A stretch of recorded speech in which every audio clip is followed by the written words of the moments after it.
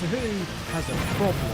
Okay, maybe a few problems, but this specific one has been a problem for a while now, and it's something that has come to the forefront this season too.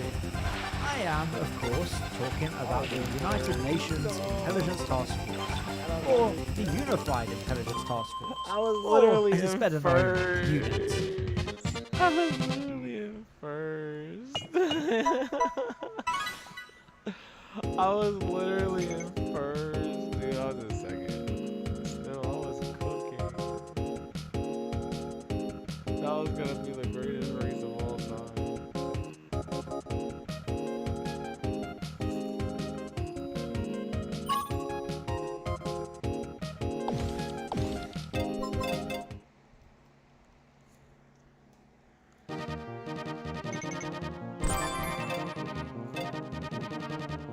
Whiny shenanigans, mature explorations of mental health, fucking nightmare fuel. I absolutely love the 11th Doctor era. It feels like a great progression from what came before it, for reasons you will discover if you don't go away. Following on from David Tennant was never going to be easy, but I think they did it, and they did it well. And it shows, as Matt Smith's tenure is viewed very fondly by the general public. Although, that being said, whenever I try to introduce people to Doctor Who, more often than not, one of the first things they'll say is, but isn't it, like, really complicated? And I think that stigma largely exists because of the Smith era. There's no denying there was a massive increase in overarching narratives, and Doctor Who ended up gaining the reputation of being too complicated. Something the writers seem keen on trying to rectify to this day. But was it really too complicated? Or are people just stupid? Was the execution of this era a mess? Or are people just stupid? Is there really recorded evidence of me setting that orphanage on fire? Or are people just stupid? Well, that's what I'm here to discuss. So, grab some popcorn, or jelly babies, or fish fingers and custard, as we look back on the 11th Doctor. That's it, gather round, roll up, roll up.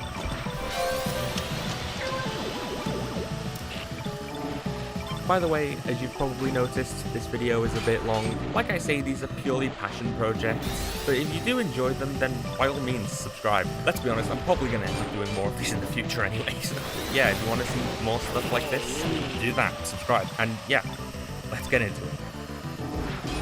Our story begins in 2008. The economy is in shambles.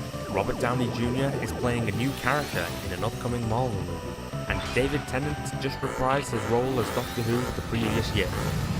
So, you know, a completely different world to what we have now. But most importantly, Russell T Davies is stepping down as Doctor Who's showrunner. Davies' impact on the show in recent years could not be understated, being the guy who, you know, literally brought it back and made it a cultural phenomenon once again. Suddenly, the Doctor was this cool action hero inspiring a generation as he travelled the universe, kissing men, having interracial relationships on board the TARDIS, with adventures full of social and political commentary.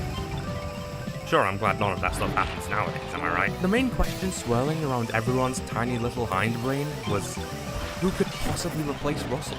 Who could recapture that lightning in a bottle and continue to inspire a whole new generation? I mean, there have been so many talented writers in this new era.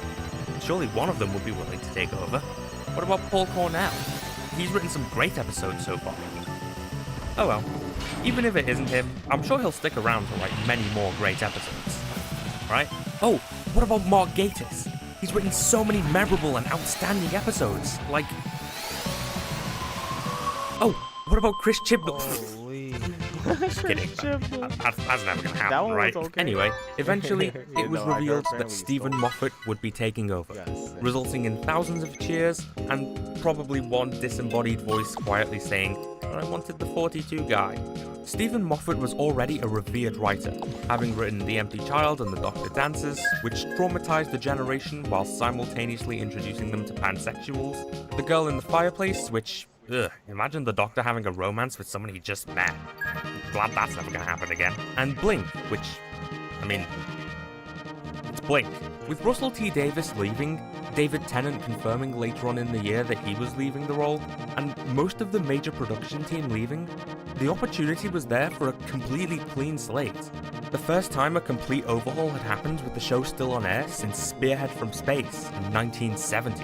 But first, Moffat still had one more story to write under Davis's rule, and knowing his contribution would be viewed as a sign of what's to come, decided to make things count. Doctor, please tell me you know who I am. Who are you? Silence in the Library introduces River Song, a character from the Doctor's future who seemingly knows all about him. Not Donna though, for some reason. I wonder why. Why? The story of River Song is clearly very inspired by the time traveler's wife, and Moffat saw one last opportunity for more timey-wimey shenanigans to pique people's interest for what's to come in this upcoming era. I am the Doctor. Yeah, someday. Stephen Moffat was gently lowered from the heavens in Paisley in 1961 with the straightforward intention of systematically creating good television. He mainly started out as a comedy writer, writing sitcoms such as Joking Apart and Chalk. He was also a lifelong Doctor Who fan, and despite the show being off the air for several years at this point, was still eager to get his little Scottish teeth stuck in there. He contributed to the 1995 novel Human Nature, which ended up getting adapted into an actual TV story in 2007, and wrote his own novel, Continuity Errors, in 1996. He then wrote the Doctor Who parody sketch, The Curse of Fatal Death, in 1999, which is genuinely funny, and actually predicted quite a lot of New Who, like the 10th Doctor being the vain, eye-candy one, the 11th Doctor being more shy and childish, the 12th Doctor being the one to turn the Master good, and the 13th Doctor being blonde. After writing the sitcom Coupling and also writing Jekyll, which exists, he wrote some episodes for Doctor Who, which was so good that he was invited to write more episodes and dictate the episodes that get released. Was this a power he could be trusted with? Or was this a grave error that it was good, okay, I like the Moffat era. So, having stepped away from the upcoming live-action reboot of Tintin, which I'm sure upset at least someone, Moffat began crafting his vision for this new era of Doctor Who. One of the most important aspects being the casting of the new Doctor.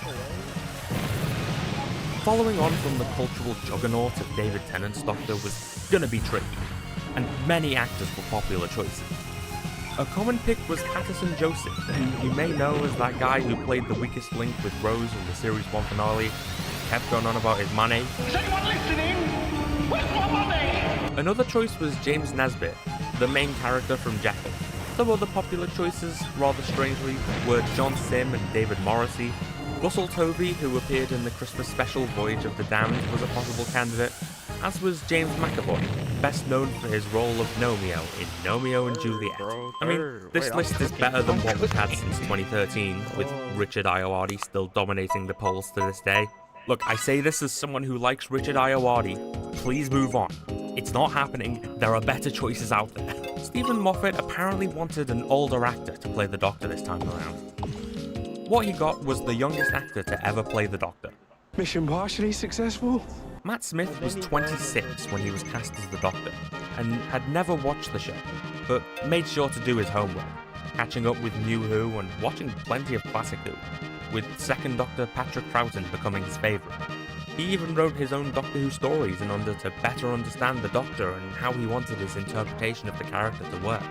There's no denying, he knew how big of a deal this role was, and was determined to make it count. Matt Smith was officially revealed as the 11th Doctor in January 2009, in an episode of the behind-the-scenes show Doctor Who Confidential. In all honesty, this reveal is kinda strange, especially since it only happens nearly 24 minutes into this 34-minute program.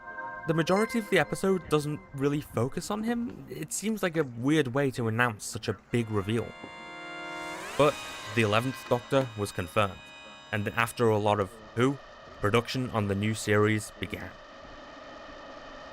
The build-up to Smith's debut was quite eventful.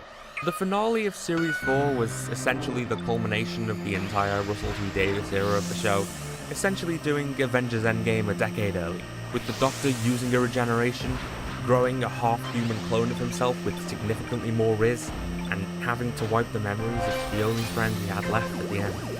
This incarnation, who began so hopeful, has been whittled down time after time. now a grizzled old man just about retaining his sanity. After collabing with the lead singer of the Smiths and meeting the best companion that never was, Lee Evans doing a Welsh accent,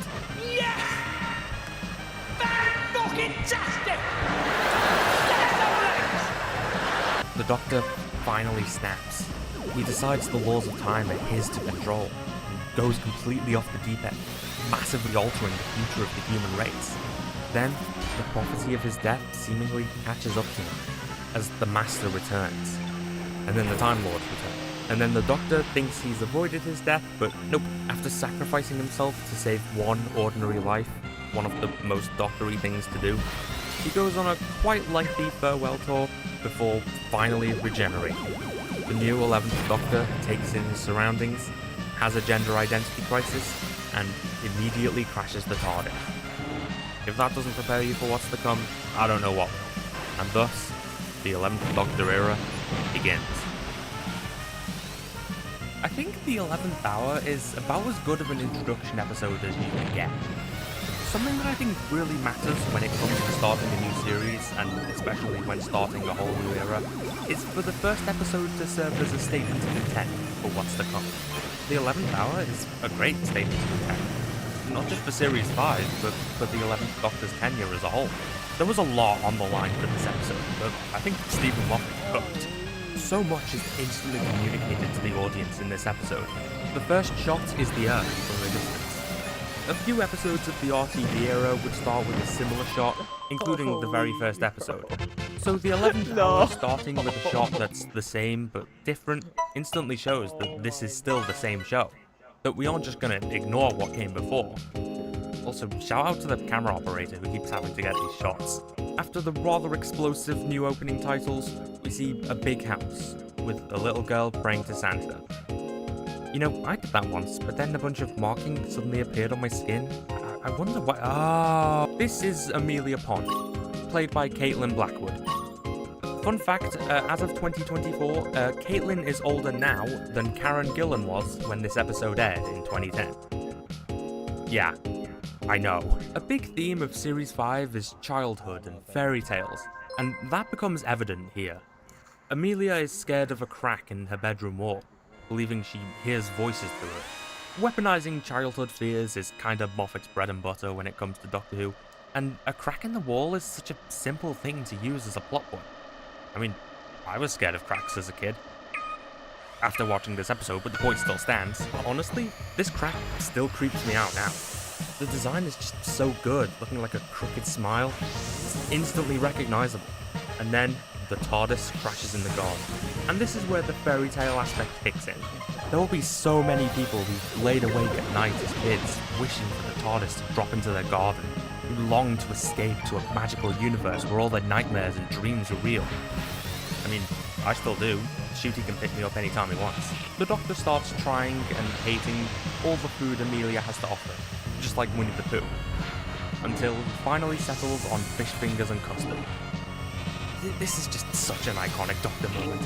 I know people who've never watched Doctor Who in their life who reference fish fingers and custard. The 11th Doctor immediately establishes himself as zany and a little bit bad, but he still commands the scene and isn't afraid to take charge and make risky decisions without knowing the outcome, as we see when he investigates the crack. Eventually, the Doctor needs to get back in the TARDIS before it explodes or something, which would never happen, right?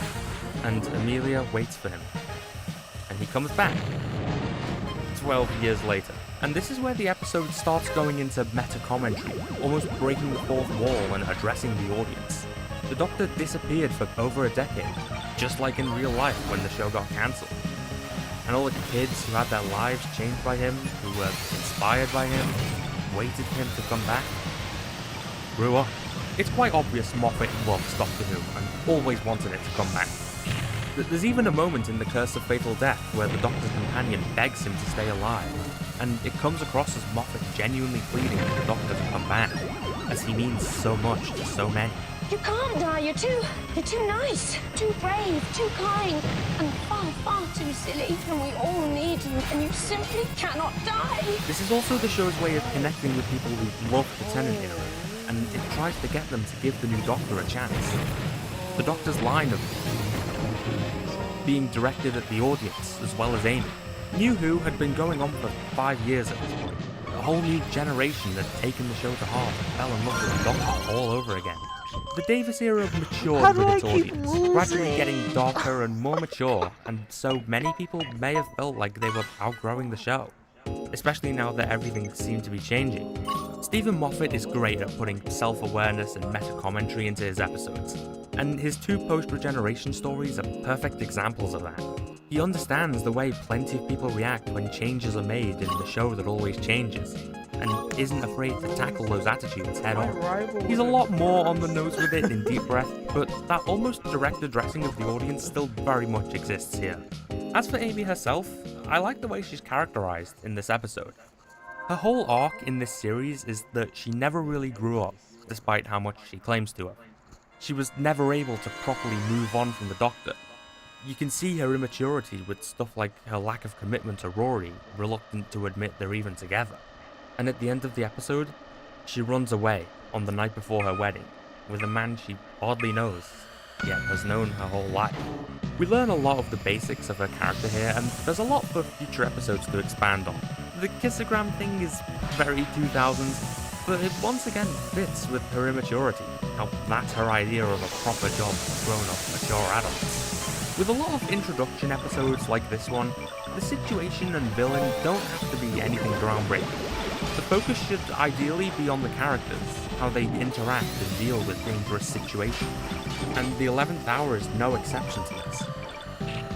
The episode even stops to bring up seemingly insignificant things like the duck pond with no ducks, or when Prisoner Zero gives cryptic hints about the Doctor's future, which I guess they just know.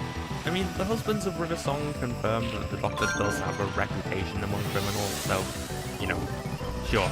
Now, the plot itself is still pretty clever, and there's a good sense of cause to effect, with the Doctor using Prisoner Zero's ability of shapeshifting using other people's minds against it.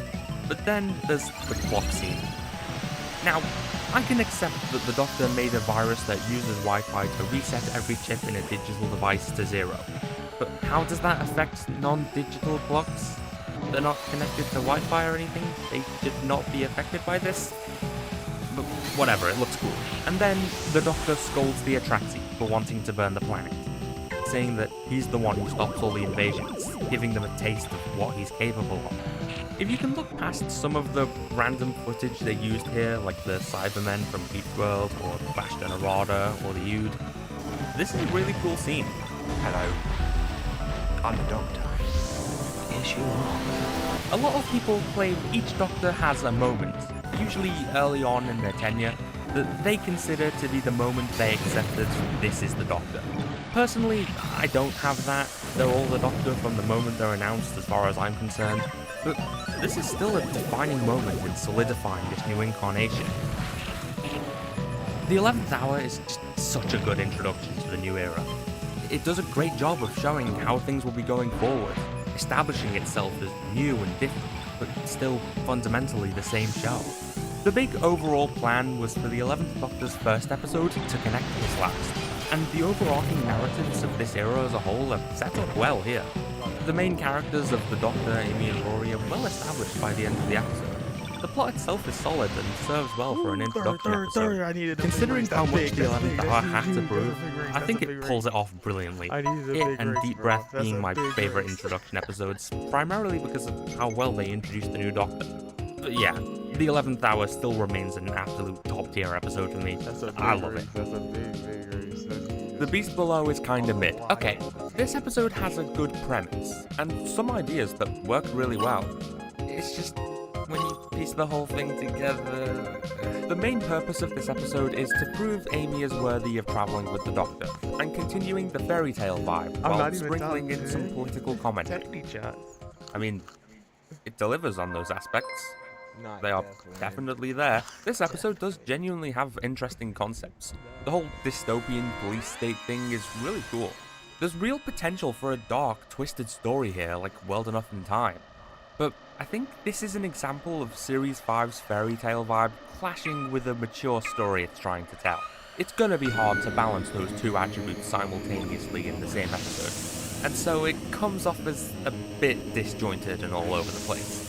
For example, the cold open. This kid is getting dropped into a pit because he doesn't have enough social credit. All the while, a kid is reciting a poem on a screen, while the smiler in the booth puts on a mean face. And then it puts on an even meaner face. Scaredy cat. And it's just, am I supposed to be scared here? I'm really not sure what the show is going for. Anyway, the Doctor takes Amy into space for the first time, and after getting a view right up her 90, decides to take her to the 1984 ship. Now, there are some good bits here.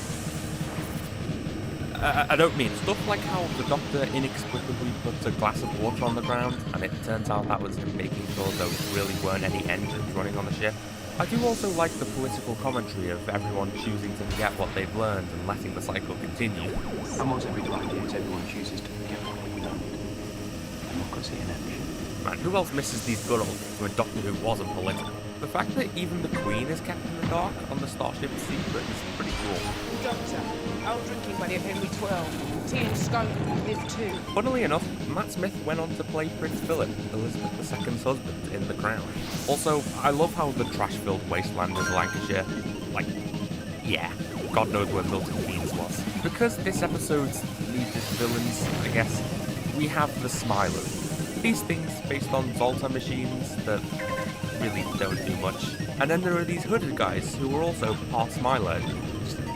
Because I feel like these things had the potential to be creepy, but their goofy expressions and overall lack of threat just makes it hard to take them seriously.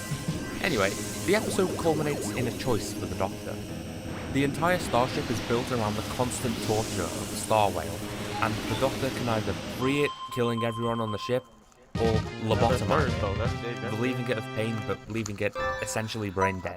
This is a really good direction to take the 11th Doctor this early in his life. At this point, the Doctor wanted to move on and forget his past, as he's labelled the man who forgets later on.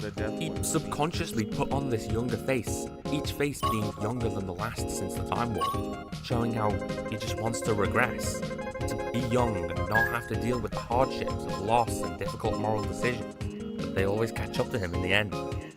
You can feel his frustration, realizing he can never escape this reality. There was also this interaction between the Doctor and Amy earlier in the episode. Have you ever run away from something because you were scared or not ready? Or just because you could? Once, a long time ago. What happened? Hello. You could interpret that as the Doctor referring to how he tried running away from death towards the end of his previous incarnation, because he was scared. But it also serves as definitely unintentional foreshadowing to the reflection of the Capaldi era on why the Doctor ran away. As the Doctor says in Heaven Sent that he ran away from Gallifrey because he was scared. But yeah, Amy sees the bigger picture and, having got to know the Doctor, is able to notice the parallels between him and the Star Whale that he didn't pick up on. She realizes all they have to do is stop torturing the whale because they wanted to help anyway. This is a good way of proving Amy is a worthy companion, with her showing inquisitiveness, observationalism, and being willing to take risks, all in the hope of finding the kinder solution. And this makes the Doctor realize he made the right choice in coming back to her. You could also see the constant torture of the Star Whale as a parallel to the Doctor. How he's constantly going through mental anguish, saving these humans over and over again, but they keep dying. Overall, I think it's a good ending to this episode. You know, for a while, Stephen Moffat considered this the worst episode he ever wrote for the show. I would not go that far, yet. The Beast Below is definitely a bit all over the place. It has a bunch of ideas, many of which clash with each other, and the overall product comes off as overstuffed and disjointed. But there are good moments, mainly towards the end. I also like the design of the ship. It isn't super futuristic, it feels cobbled together, providing yet more accurate commentary on the UK. So, while I'm not all that crazy about this episode, I like the way it develops the Doctor and Amy's friendship. Still better than Space Babies. Victory of the Daleks is an interesting one.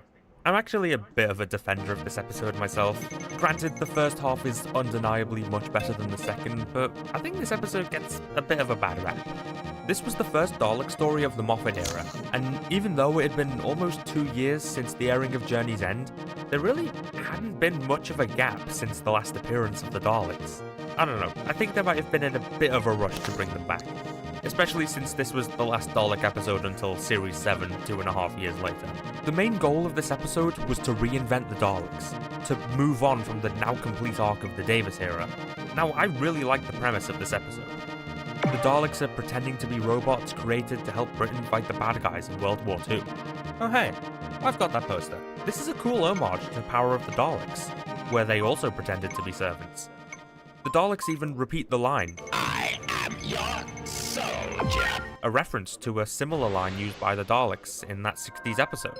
I am your servant. The Daleks also originally being based on the World War II bad guys represents how they're fighting against their roots in this episode, trying to move on and adapt to a universe that's driven them to near extinction over and over. Now, for one of the main problems with this episode. Why is the Doctor friends with Winston Churchill? Now, he was good at leading the country during the war, there's no denying that, but he had many opinions and did many things, a lot of which I probably can't show in this video, but here are some articles if you want to learn about this stuff yourself. Ian McNeice does a great job at playing the character, but Churchill in this episode just feels so simplified. All the nuance and controversiality removed. Lots of his general dialogue sounding like his iconic speeches, so he can be the golden wartime hero the British public have led to believe he was, which I imagine is why he is the way he is in this episode. I doubt Mark Gatiss or Stephen Moffat even knew the full extent of his horrifying attitudes. And it's not like the Doctor's pretending to be mates with him and slagging him off behind his back, like with Richard Nixon. No, the Doctor is actively mates with Churchill, and has visited him in at least 2 other regenerations.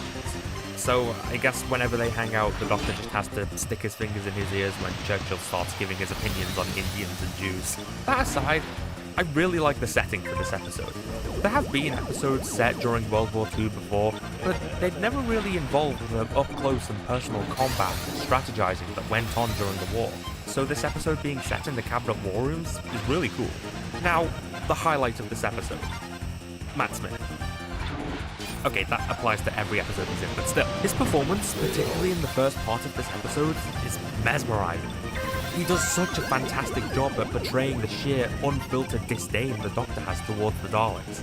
How he was so sure they were gone for good, but they never die, while he loses everyone and everything. Another example of the Doctor being frustrated at how he just can't seem to move on from his past. You can even see this Dalek struggling to look him in the eye, its gun twitching as he attacks him, fighting the urge to kill.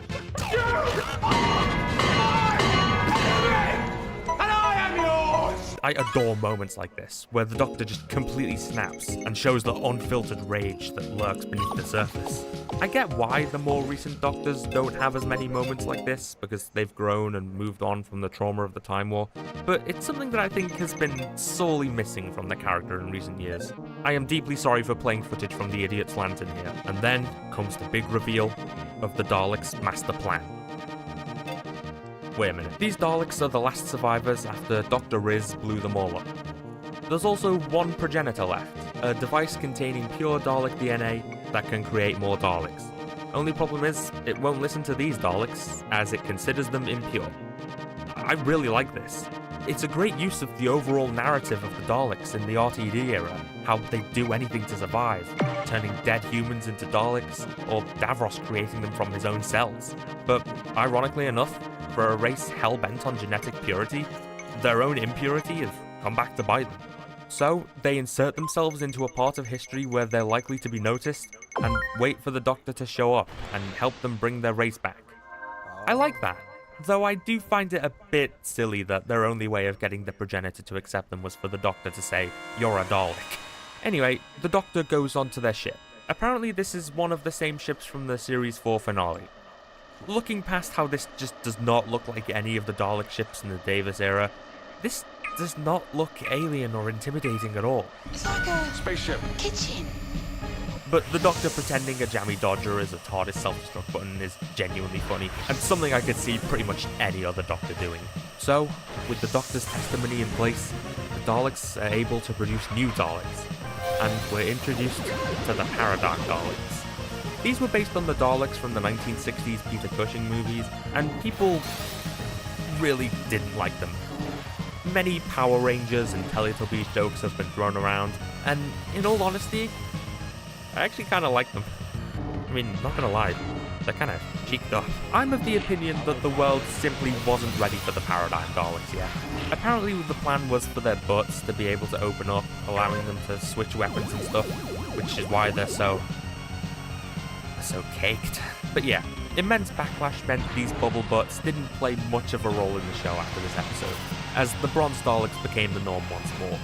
It's a shame, really. I think the Paradigm had potential to be the new cult of Skaro, and I would have liked to see what else they were going to do, but oh well. Another really cool part of this episode is Bracewell, a scientist who believes he created the Daleks. Bracewell has his entire sense of self just thrown out the window. Wait, no, they're in the cabinet warrants. Thrown out the space plane. Characters finding out they're just inventions isn't anything new in this show, but this is still cool, albeit slightly underexplored. But Amy, once again, takes initiative, realizing they could use Bracewell's genius and inventiveness, which the Daleks gave him, against them.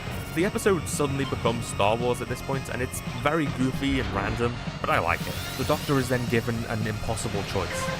He can either stop the Daleks, or let them escape while he saves the Earth. This is very similar to moral dilemmas he's dealt with when facing the Daleks in the past, and it's obvious which choice he's gonna make. But Amy, once again, takes initiative, reminding Bracewell of his humanity. I don't know, it's a very Moffat-y conclusion. Even though the Doctor saved the Earth, he's filled with dread of the implications of the Daleks surviving with a device that can create infinitely more Daleks. But Amy reminds him that it's important to celebrate the victories as they come, further showing why she's a good influence on the Doctor, and why he still needs someone with him.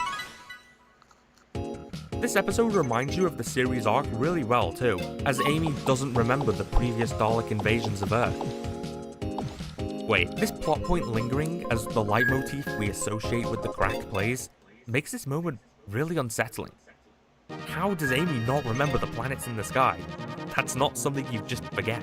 It really sells the idea that there's something big going on here. So yeah, Victory of the Daleks has its flaws, once again due to many of its aspects being underdeveloped. But I do find myself enjoying it overall. I like the way it continues developing Amy's character. I absolutely love the Doctor's attitude towards the Daleks, particularly in the beginning. Overall, not a bad resurrection of the Daleks. Wait, next up is The Time of Angels and Flesh and Stone. A very eventful and interesting story that I really enjoy. This episode brings back the Weeping Angels from the fan-favourite Series 3 episode Blink. The plan was for this story to be a sequel in the way Aliens is a sequel to Alien. A lot more action-packed, with guns and forests and shit. I mean, the Weeping Angels are iconic, so it makes sense why Moffat would want to bring back his golden boys. But on top of that, we also see the return of River Song, the woman from the Library two-parter in Series 4. Now, eagle-eyed viewers may pick up on the fact that this is a slightly younger version of River Song, mainly because she's not dead. I'll talk more about this later, but the way we see River's character development throughout her time in the show is really interesting to me. We essentially see her character arc in reverse, starting at the end and gradually going backwards. It makes for an interesting perspective, as we learn more about River in this episode, but we're essentially learning her backstory in real time.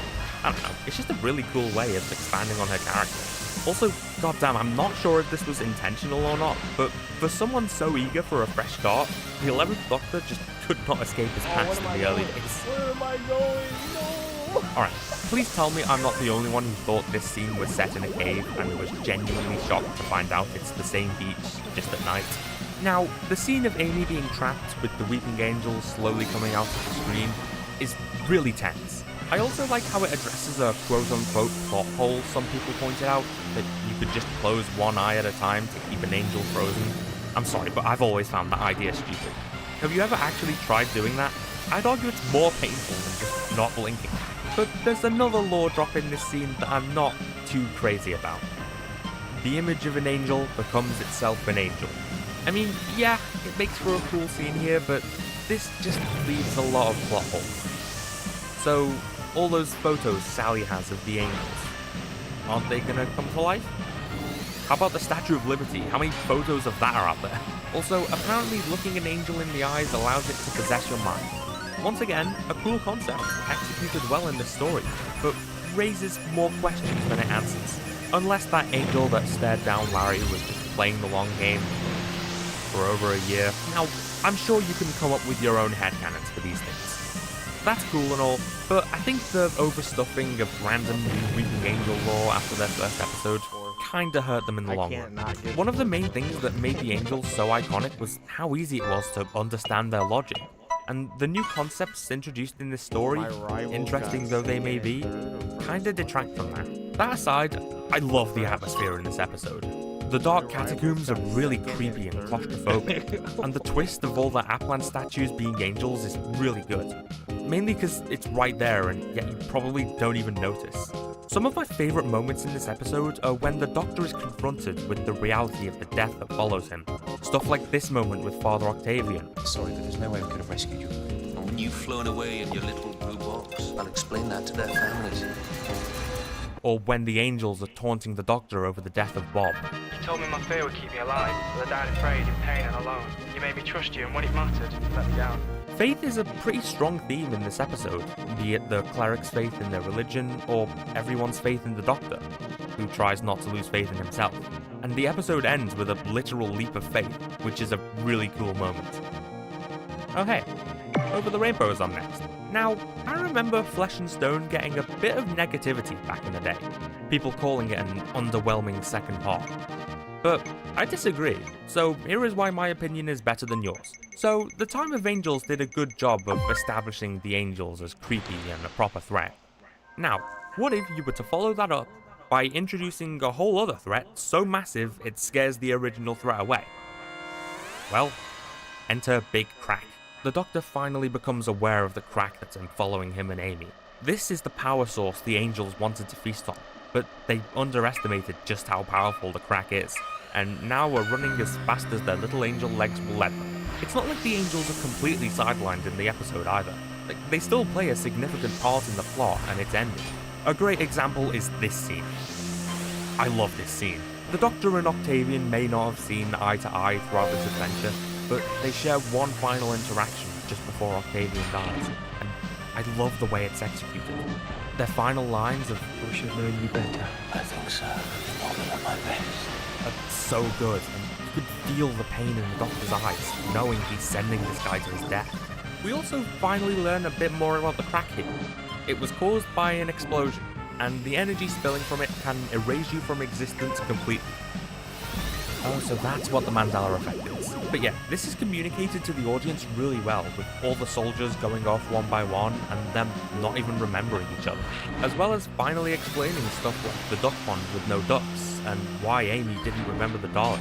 As well as explaining why a giant Cyber King walking across Victorian London isn't a particularly well-documented part of history, which also implies the crack may have actually been following the Doctor since before the 11th hour.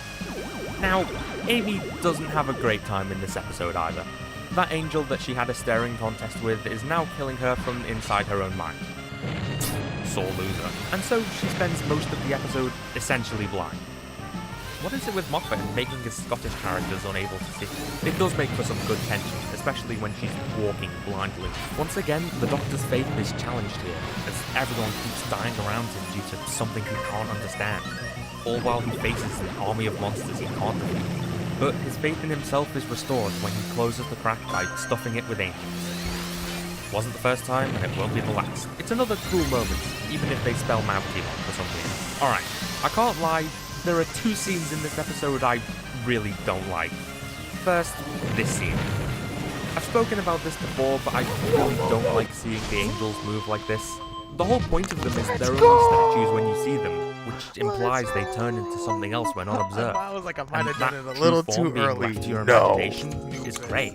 Also, there have been times where the angels aren't moving while the audience is watching, even if no one in the show is watching them, which adds a whole other level of immersion for the viewer, feeling like they have control over the angels. that gets thrown out the window here.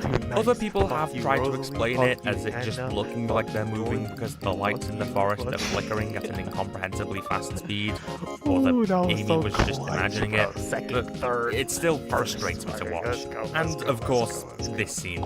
Now, Moffat has gone on record to say that he regrets writing this scene the way he did.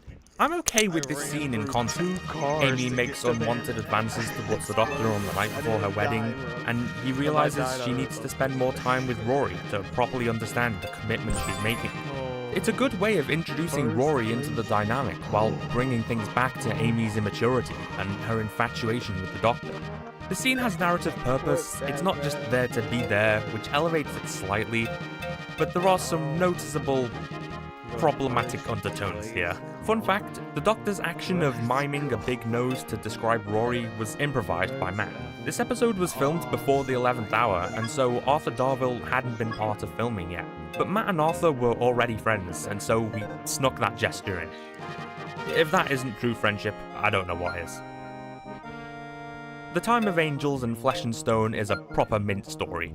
It's very ambitious, and considering how much it has to juggle, especially in the second part, I think it works really well. It expands on previous mysteries like the Crack and River Song. I really like the dynamics between the characters. The angels are actually pretty scary. It's just a well-structured adventure, aside from a couple of dodgy scenes. This leads into The Vampires of Venice, an episode which exists. It definitely happened. This episode was written by Toby Whithouse, who I think has a pretty good track record when it comes to writing Doctor Who. I mean, 3 of his 6 writing credits are incredibly good, 1 is good, and the other 2 were Now, the main point of this episode is that the Doctor wants Amy and Rory to spend some time together, and this is actually some good long-term character development for the Doctor. Back in Series 1, he took Rose on adventures with him, which ended up ruining her relationship with her boyfriend Mickey, and the Doctor seems keen to not let that happen again, so Rory gets added to the TARDIS team full-time. I really like Rory. He would be a contender for Best Companion of all time. Unfortunately, Nardole exists. Rory adds an interesting dynamic to the TARDIS team. He's not infatuated with the Doctor like Amy is, and so he's not afraid to call him out on his reckless behaviour. Rory brings a fresh pair of eyes to the adventures of the Doctor and Amy, as we realise Amy is becoming reckless and overconfident like the Doctor. Rory isn't particularly keen on travelling in the TARDIS, but joins in anyway because it's what Amy wants. And so, Amy ends up having to choose between her 2 lives, which we'll come back to in a minute. So that's the good bits out the way, now for the rest of the episode. This episode is about fish vampires in Venice, because you know, the planet was destroyed by the cracks in time, and only some of the male population survived. So they have to get women and turn them into fish vampires.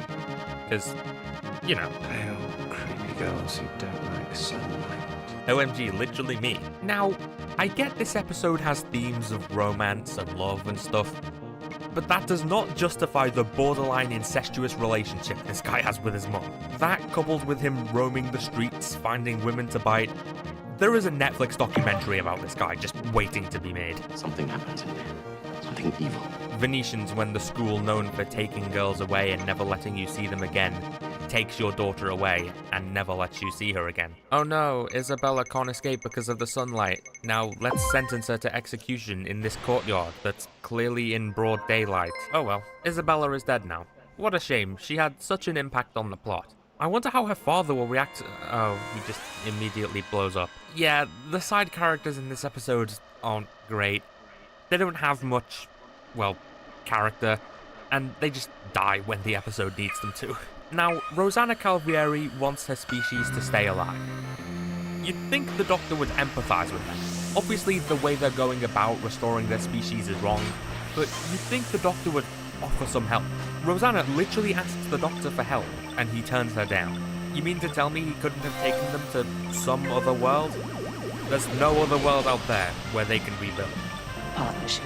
Any which way you choose. I'll tear down the house of Calvieri stone by stone.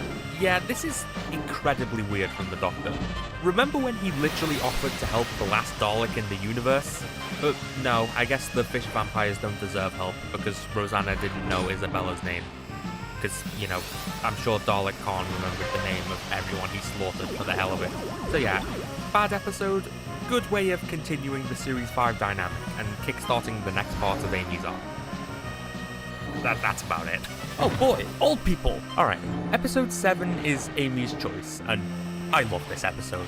Amy's Choice takes a step back from the action-packed, incest-filled vibe of the series so far to give us more of a character piece. With Amy now fully established as a character and Rory now part of the dynamic, this episode focuses on Amy's moral dilemma of the series, as she has two lives that can't really coexist, and now they properly clash. The three of them are stuck alternating between two realities. The Doctor's ideal reality, in the TARDIS with his friends, with some danger and a mystery to solve, and Rory's ideal reality, with him and Amy settled down in a quaint village, happily married, with a baby on the way. And Amy is caught between the two, now being forced to see the potential futures that lie ahead depending on which choice she makes. One of these worlds is a dream, and it's up to them to find out which one. But they're both so realistic. They all have their own memories of the locations as if they've always been there. Mr. Ned ran the sweet shop. He used to slip me the odd free toffee. This is all being caused by the Dream Lord. Something with no actual physical presence, and yet he has all the presence. I love this character.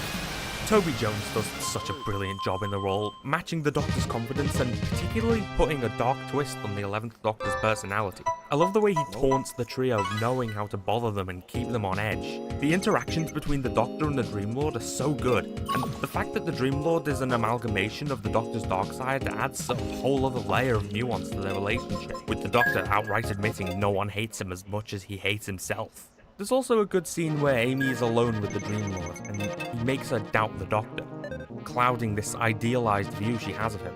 For Amy, this episode isn't so much about picking which life is the dream, but rather picking which one she has to commit to. This episode is a really great turning point for Amy's character arc in Series 5, and scenes like this narrate that change really well.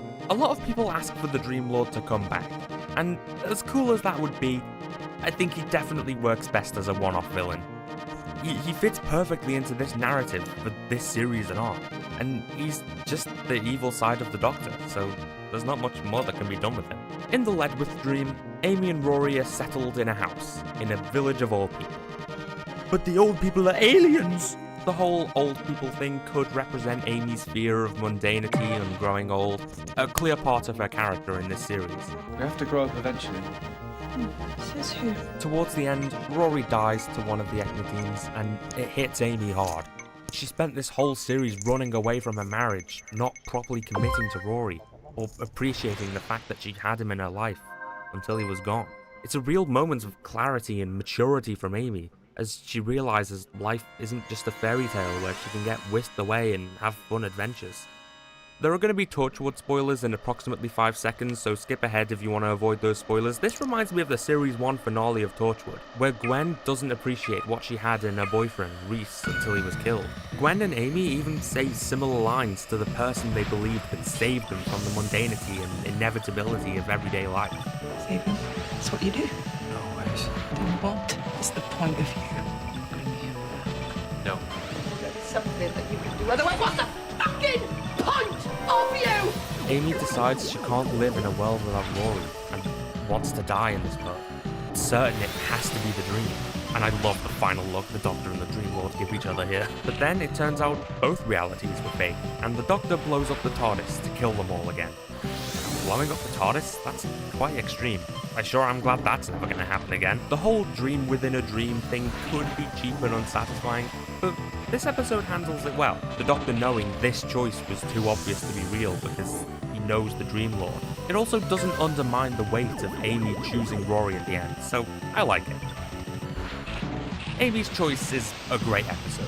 It's a fantastic character piece that puts Amy's character and ideals into perspective, while putting the trio in a disorienting and confusing scenario, all topped off with the brilliant Dream Lord. It has tension, it has emotional value, and it's a really impactful episode in the Series 5 narrative. Easily one of my favourites of the series. This is followed up with The Hungry Earth and Cold Blood, which... This episode brings back the Silurians, a reptilian race who owned the planet before humans. The thing is, the Silurians don't really have much of a purpose or motivation outside of their first appearance. There's not much else you can do with them as a whole, and that shows here. The plot of this story is very similar to the plot of the Silurians' first appearance in 1970. The Silurians come to the surface after scientists drill into their home. The Doctor tries to act as a middleman between humans and Silurians. A rogue batch of Silurians try and radicalize the other Silurians, and they try to attack the humans. You can see the similarities. Now, I'm not opposed to Doctor Who writers being inspired by previous episodes, or even adapting old media. I mean, look at Human Nature, which I mentioned at the start of the video, or The Star Beast, or Rise of the Cybermen, or Dalek. But when you're just reusing the same plot as a previous episode, about the same villains, it comes off as cheap. Now, the Silurians themselves, I get why you'd want to update their design.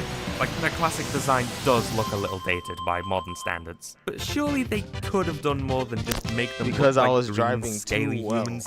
I The couldn't design get is first. good and smooth, but there's a real... I was driving too well, so I was too fast, and I didn't get all the rings I needed to get my speed boost earlier. And so I had to drive the corners. Criminal.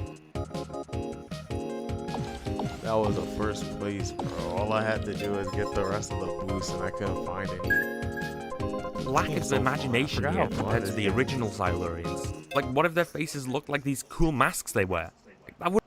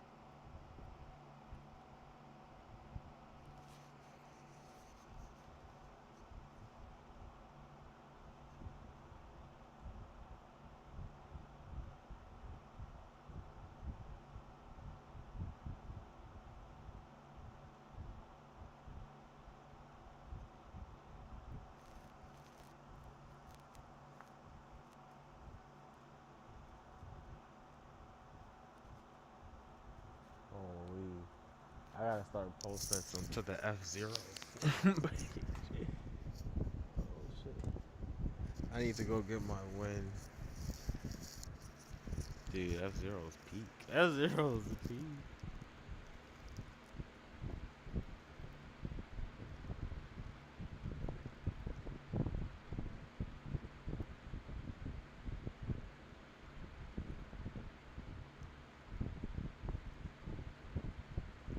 Y'all is sleeping on this game. No. F-Zero 99, where's that?